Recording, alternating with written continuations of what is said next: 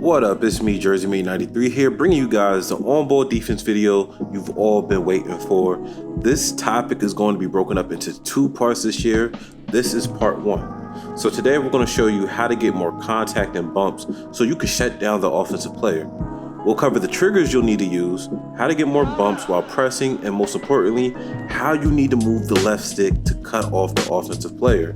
Please drop a like and subscribe if you haven't already to get more content like this. Let's get to it. First, let's get into the basics of on-ball defense. To get into a defensive stance, you must hold L2. This will lock you into your defensive stance. The L2 trigger should be used for slower but controlled cutoff moves.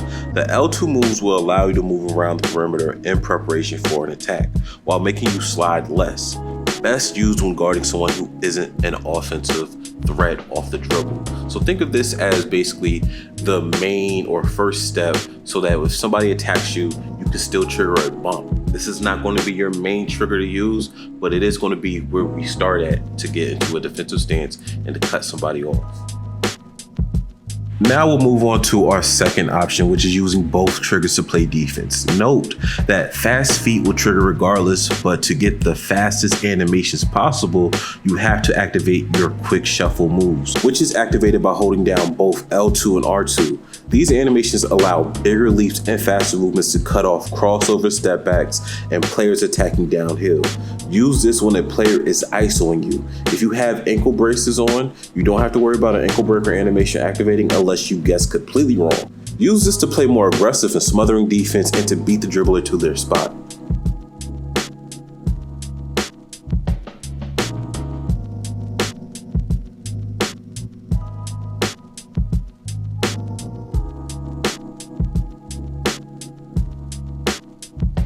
Lastly, we have turbo. This is simply done by holding R2. It's essential to remember that you'll need this trigger at times, especially if you're pressing full court.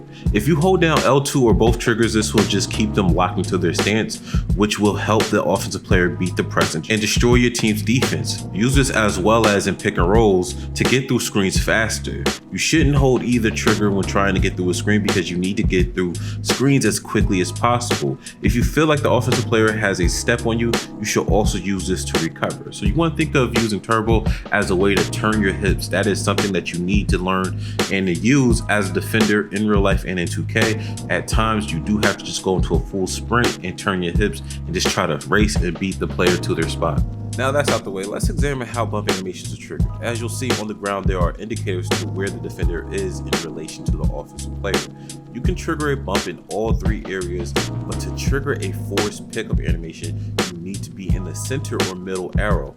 Bumps are triggered by beating the dribbler to the spot, but also having a majority of your body in the dribbler's path. Here's an example of how someone like Drew, who has almost every defensive badge, can still get this blow-by animation from John Morant because he's on his hip. Let's then compare this to when Drew is in front of John.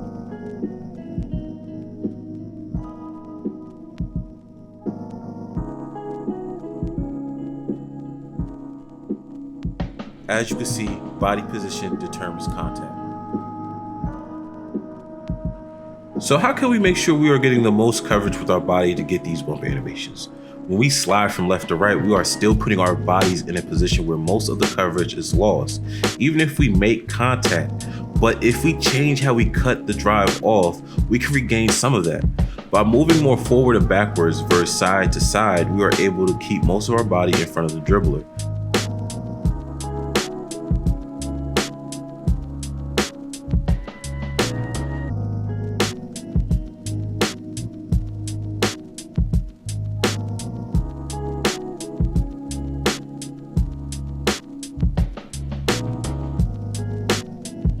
Here's footage from my first online game, and this is dealing with an aggressive rim runner. If I moved laterally, I would slide out of position, but by backpedaling and gapping on the ball, I'm able to beat him to his spot and force these animations. Playing great on-ball defense is all about position and being mindful of the strengths your defender has. So when I'm playing great defense, I'm thinking about the badges my defender has. Does he have challenger? Does he have a glove? And that's going to determine how I decide to play defense, the amount of pressure that I place on the dribbler. you have to give something up to take away something else. So that means you will have to give some space to stop the drive. You will have to play tighter to take away the three. Forcing the offensive player into shots they don't want to take or shots they don't really practice should be your objective. This is where we'll leave part 1. Part 2, once I've made my lock build, will cover Parks and Rec defense exclusively so I can help you guys try to stop those ISO builds. So if you guys haven't already, hit that like button as well as subscribe, and follow me on Twitter if you guys would like to talk to me more about this video or just chat about anything else at Jersey893. And if you guys wouldn't mind, check out my last video, which is all about the step back so that you guys can take your shot creator builds to the next level. I'm Jersey, peace.